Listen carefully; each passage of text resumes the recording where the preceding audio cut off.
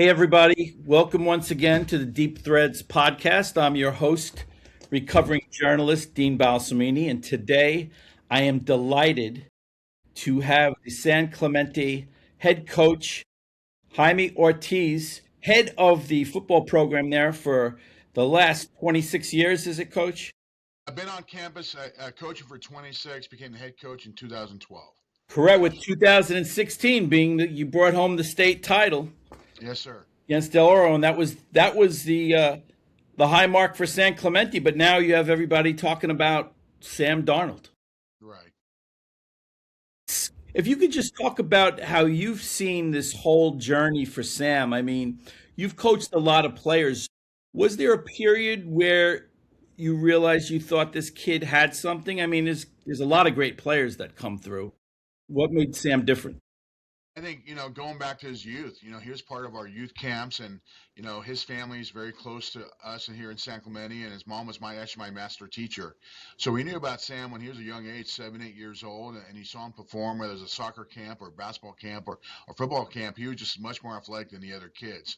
Once he got to San Clemente High School his freshman year, he was by far the best player on the field every single week, and we had an opportunity to bring him up to varsity at the end of his freshman year, and he learned a little bit under the wings of our seniors and juniors. And then sophomore year, you really saw that he was a great athlete. He was a really good quarterback. For us at that point in time, we needed an athlete more than a quarterback, and he played wide receiver and linebacker for us. Was first team all league and was an impact player on both sides of the ball. So whose idea was it to convert him? I mean, when you have somebody shining at those positions, who was that you or somebody else that said, "Hey, we got to make this kid a quarterback"? It just, myself and Troy Kopp, we knew he was the next, big thing coming out of San Clemente High School. We had a senior that kind of, earned that spot. But with Sam, he was right there in the mix. But we looked at it from a coaching staff, like, how's Sam going to throw the ball to Sam? And so we decided to make him an athlete that sophomore year. But at the end of the year, unfortunately, that senior got hurt. And Sam came in and stepped in the last two games, took us to a victory the very first game playing the varsity level. And it was actually went for two to win the game with about 10 seconds left to go in the game. And then you saw glimmers of what he could really do. And that kind of started the conversations about, I think we have a major D1 player in our hands, not just athlete, but also quarterback. And the rest is history. And what is it? Because you knew the parents before. What is it about the DNA Sam has from his parents that prepared him for a journey that's been, it's been rocky. Obviously, he was a number 3 pick. He went through a lot of bumps. Yep, I'm sorry, that's our bell ring. But the big thing for Sam, I think, going back to his family, they kept him well grounded. He's humble. They had both family parents were very athletic. You've heard the stories about his grandfather at USC. I think for them, they kind of did raise him the right way. A lot of kids look, especially nowadays, for likes on Instagram, and they want instant gratification. And Sam always worked through everything he went through, and I think that's what's paid dividends for him in the NFL. And his time at the Jets and his times in Carolina, his time in Minnesota and San Francisco, that's all part of Sam's journey. And I know a lot of media tries to make it out like he's on a revenge tour. And I think for Sam, will tell you that he experienced that for a reason, no different than he experienced being an athlete as a sophomore, playing linebacker and playing wide receiver. I think that helped him become a better quarterback as he went through that process, and that's the way Sam looks at it as well. Do you think that Sam's humbleness to some levels hurt him, not in the way of his career, but you get other players that'll start talking about I proved this team wrong and that team wrong and everything. I think people mistook quietness or his humbleness for weakness to some extent. That nobody was ever speaking up for Sam when he would hit like some low points, or he'd be with the Jets or with Carolina. He didn't clap back at anybody. He just, like you said, he kept his head down and kept on moving. Yeah, I mean, not to quote Mike McDonald, but Sam didn't care. Unless you're in his tight circle and he has a very small circle, those are the voices he listened to, whether it's myself or his parents or, he works with Jordan Palmer quite a bit. And those are the people that he cares about what they say. He's a guy that's not on Twitter. He barely was on social media when he was growing up in high school, and now he is on Instagram. But for Sam, I don't think he really that weighs into it, because at the end of the day, he's his own harshest critic. He's hard on himself. When the team does well, it's what others did better, what the coaches did well, what offense did well, special teams did well. When they lose, it's what he can do better, and that's the epitome of a leader that he's done since his time here at San Clemente High School. And for him, whether it's Twitter or the media in New York or LA, I don't think he really pays much attention to that. And I think he's sincere about that. I think he just focuses on his group that's tight with him, and he takes care of business.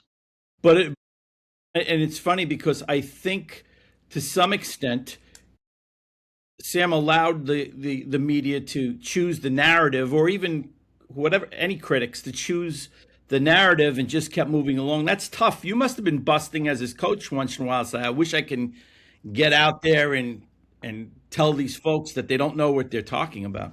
Yeah, I think, and now they're seeing it.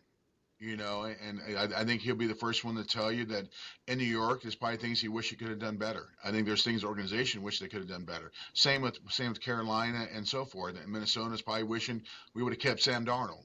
But Sam can't control that. There's an old saying, in coaching, control what you can control.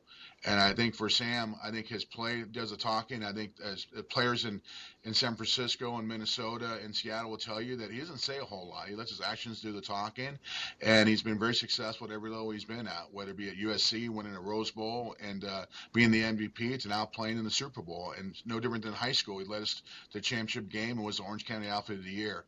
Sam does less talking and more just work, and I think that's something that kind of sticks out about him. That's really what he focuses on.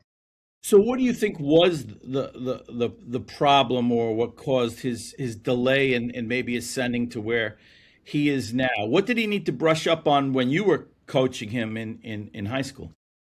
I think for him, honestly, when he went to the Jets, he got thrown in the starting position right away. And I'm a believer sometimes you have to give it some time. The NFL stands for not for long.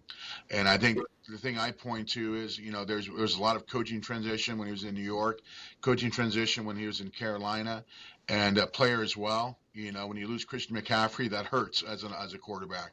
But I think the one thing that sticks out to me is when he went to San Francisco.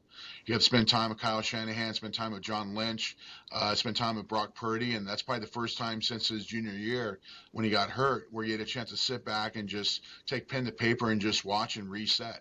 And I think he'll tell you that too, that Brock Purdy and him are very tight, and he learned how to maybe do things a little bit better. And in my personal opinion, and Sam's never said this, but I think that 1 year in San Francisco, he had more success and was able to redefine himself than during his time in Carolina and the Jets. And that's why he had such a good run in Minnesota, and now he's doing the same thing in Seattle.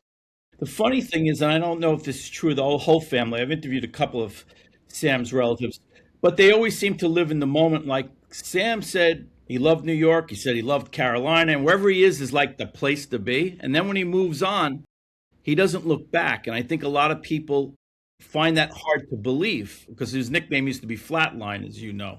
Right. I think, he lives in the moment, like you said. I will say one thing that sticks out to me, when he went to Seattle, he finally bought a house. When he lived in Carolina, lived in New York, he was close to the facility, he was renting.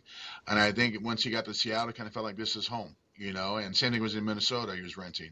And for me, that's a good sign for the Seahawks and for the fan base out there that he's committed to that program. He's on a 3-year contract, and this is the first year of it. But I think for him, he does live in the moment because you can't change the past, you can only attack the future, and that's kind of what he's done.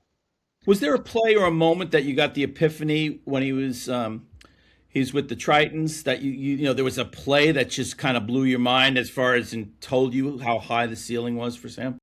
I think there's two things that stick out for me, if you don't mind. The first one is when he was a junior. We were 2-0. We're playing game 3 of the season. He was our starter. We're playing Danny Hills. It was a very emotional game for our program at that time. And Sam, mid-second quarter, he's kind of getting up kind of gingerly. We're like, what's going on? Like, he doesn't really show weakness. He finished out the drive. He had a bootleg to his left, and he threw about a 16, 17-yard touchdown pass, and he came off the field. and he went and just sat down right on the field. And I'm like, something's wrong with him. And unfortunately, at that point, he had a fracture in his foot, and he was out for the rest of the year. For me, that was like, here's a guy that's injured, he's hurt, but he's still going to find a way to score a touchdown right before halftime. Another thing that sticks out to me was his senior year. Usually, when college coaches tell us, "Hey, we're going to come to your game," and especially when it's a kid that's committed to a school, the kid sometimes tightens up and kind of overplays the game and tries to make it bigger than it needs to be, and it's not the same player. But for Sam, when Clay Helton came to see Sam play, we're playing at Tascadero. And that first half, Sam was 12 for 12 for about 250 yards, and he had 5 touchdowns. And I looked at Clay Helton and I said, "Hey, you need to come to our games more often." And to me, that was a sign as a senior, like, this kid really has it. And that game was an affirmation of all the hard work that he put in. Did you happen to catch that piece by Max Brown in The Athletic about what he said about Sam? About the about the pressures at USC, and Sam was the only one that didn't act like it was the end of the world. And Sam said, "Well, if I don't go any further, I was a quarterback and I played college, whatever." And he was happy or content with his lot. Right.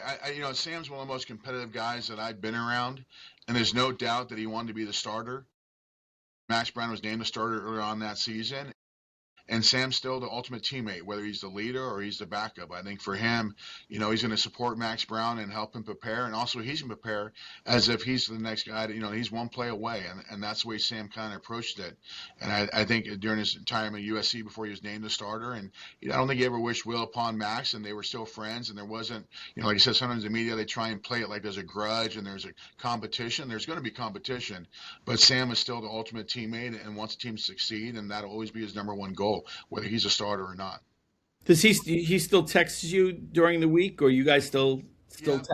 yeah. I was up in San Francisco. I was in Santa Clara about 3 weeks ago for that game. It was right before the end of the regular season. I try and catch one game a year. Last year I was able to go out to Minnesota and see him, and then he's here in the off season quite a bit. And I shoot a text once a week, just let him know we're thinking about him. I try not, kids nowadays, they don't pick up the phone a whole lot, and so I think it's better just to let them know we're back here at home, just supporting them, and especially here in San Clemente, there's been so much support this last 2 weeks, and they're excited to see him perform on Sunday. Are you going to be able to make it to the game? I will not be at the game.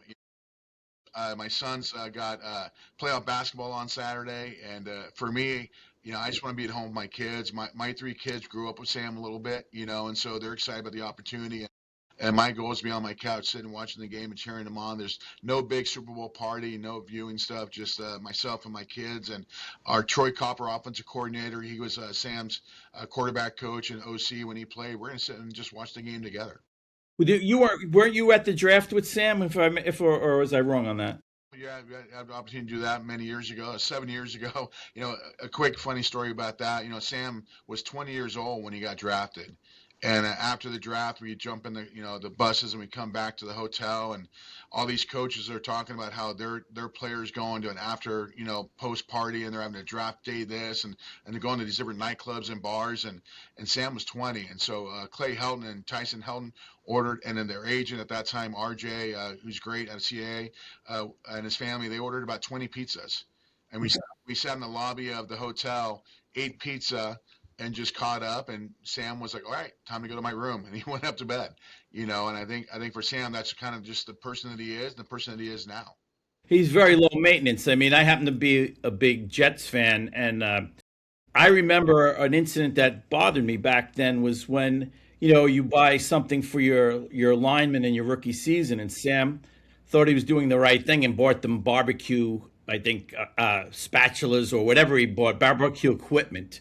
Yeah. And I guess they were expecting cars or bling or whatever, and they took the wheels off Sam's car. Now Sam smiled, but to this day, if someone like Bill Parcells was in charge, I know you're a big fan of Lombardi or somebody of that ilk, I don't think that would have ended pretty well for the people who did that. Right. I think that's his nature. Like when I saw him get out the bus when they played San Francisco, and he was in Converse jeans and a flannel. That's just kind of who he is. I think he wore the same clothes he wore in high school. Very simple. Just wants to get along with everybody and just have his peace, and very low maintenance compared to other players I've seen in the league in the past. And what's interesting is the fan bases of the teams he played on, and did not succeed, they're all rooting for him. It's not like there are a lot of times you don't get that from fan bases. I know in New York, they are all behind. Part of that is because it's the Patriots, but also because it's Sam, and I felt that wasn't him that the Jets had their franchise quarterback. Do you think that also? I think that plays into it. I think, for him, well, like you said, I think he's very respectful of his time in New York, and like you said, I think the media wants to hear negative and talk bad about the franchise, and Sam will tell you, I wish I would have played better. And to me, that again, that's a sign of a leader taking upon himself that when the team does well, it's what others did well. When the team did bad, it's what I can do better. And I think that's the way Sam's approached it. And whether you're Carolina or you're Minnesota or you're New York, I think you appreciate that because that's a sign of a leader. What do you see even years now from his days with the Tritons, and what has he polished up? Like what has that maybe you tried to teach him back in the day?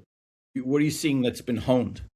I think, for him, and just the NFL is so advanced. They're having two plays at the line of scrimmage. Just talking to him, talking football. There's a lot of things that on the defensive side of the ball that they're doing that he's got to check. I think he has a lot more responsibility than he had in high school. And honestly, in high school, he relied on being a great athlete, and he was able to get out of things by being that athlete. And I think in the NFL, he's learned to be more of a pocket passer, but also when he gets an opportunity to run and get a first down, he'll do that. But I think, for me personally, him being that pocket passer and making the right read and checking into certain plays, that's something that's really advanced for him that I think has really stepped up from his time here at San Clemente.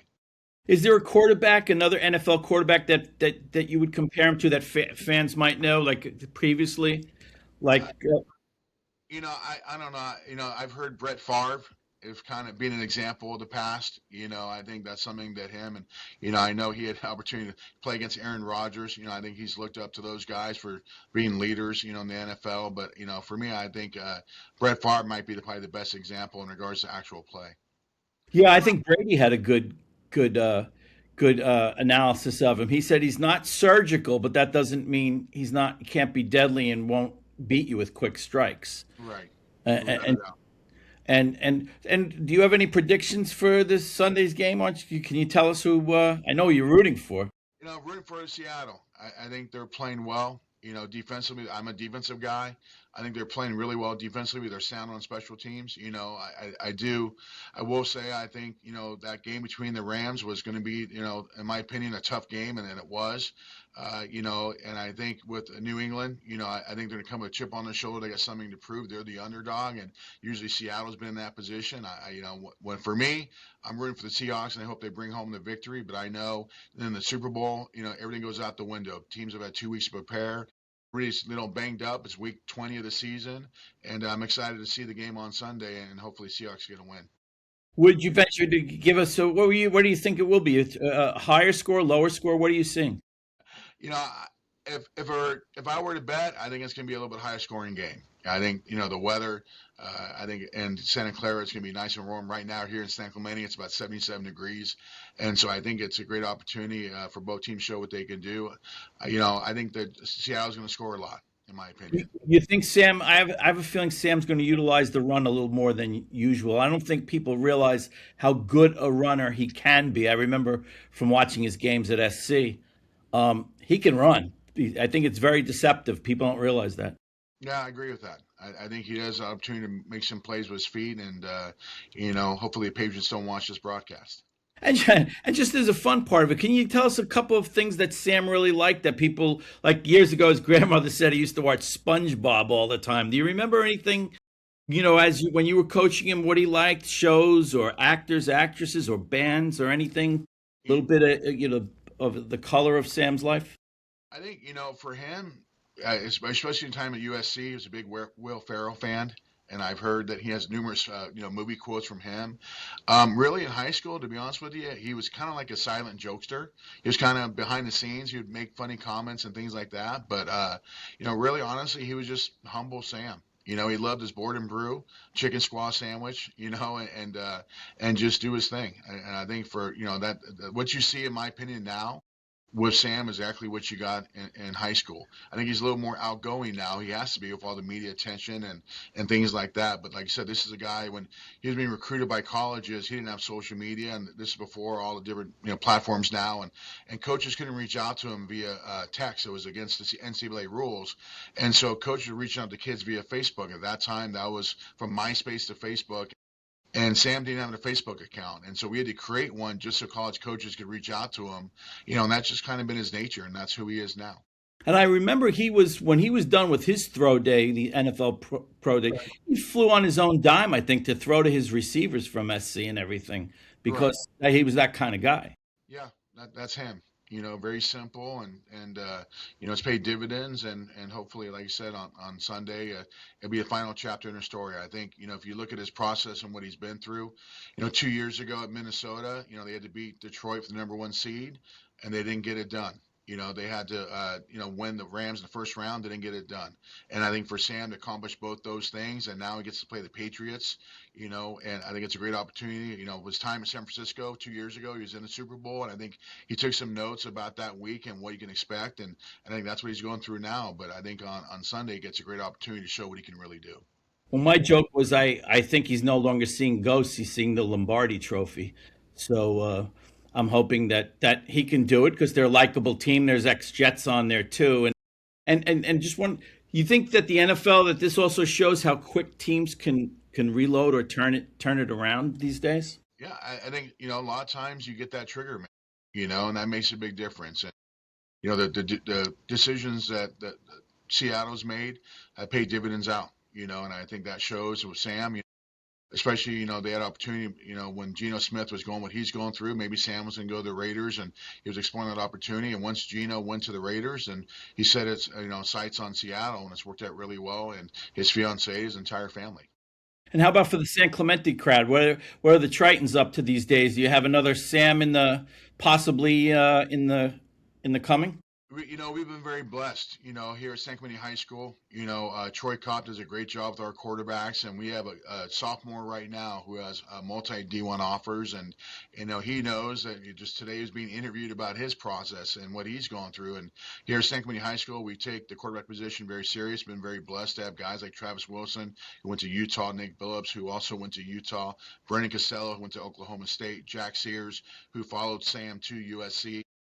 And so it's a very prestigious position here at San Clemente High School. And, just like when Sam was a kid, he wanted to be the next Travis Wilson. Our kids want to be the next Sam Darnold. What was the soph's name? Just so in case a year or two from now we look at this. His name's Preston Beck. So he started for us as a sophomore, took us to the championship game, and the sky's the limit for that kid. And I leave you with one last question, Coach. It was year when Sam was in his third or fourth grade class. The teacher asked him to write down the top two things that he'd want out of his life. And number one was to be an NFL quarterback, and number two was to be a good person. Right, no doubt. And I think that's, I think a lot of people, as I've done these interviews, well, tell us about something about Sam. And they're like, oh, there's got to be something else we're missing. I'm like, no. I go, what you see is what you get. I think his parents have done a great job raising a young man who respects others around him. He's humble. He's one of the hardest working guys in the room, and he defers any accolades towards others, and he focuses on what he can do to make the team better. And I think a lot of people in the NFL and college and high school can learn a lot from the way his family raised him and who he is today. And if one more, and also, would anyone would have thought 2 years ago or 3 years ago that Sam would have been the first quarterback out of the 2018 class to go to the Super Bowl, to start a Super Bowl? Right. Yeah. There's a lot of things coming out. 2018 class. We joke around. He's the first San Clemente quarterback to start in the Super Bowl, just like USC. And so I think for him to go through that journey, I know Josh Allen, Lamar Jackson. There's Baker Mayfield. There's some really good quarterbacks in that class, and I think Sam will tell you it's great to be in the Super Bowl, but his goal is to bring home a Lombardi Trophy, and that's what his goal is to do on Sunday. And then finally, have you used Sam as a motivational tool for people who've gotten knocked down and get up at you, and coming from your own program, that would really hit to the, strike a chord with players on your program. Right. Yeah. One of our mantras here is respect the process. And a lot of times, like I said, players want that. You know, hey, I want to be on varsity as a sophomore. I want to be the starting quarterback, and I want this, and I want a Division I offer. And you know, Sam, when he was playing Pop Warner, he also played O-line at one point in his career.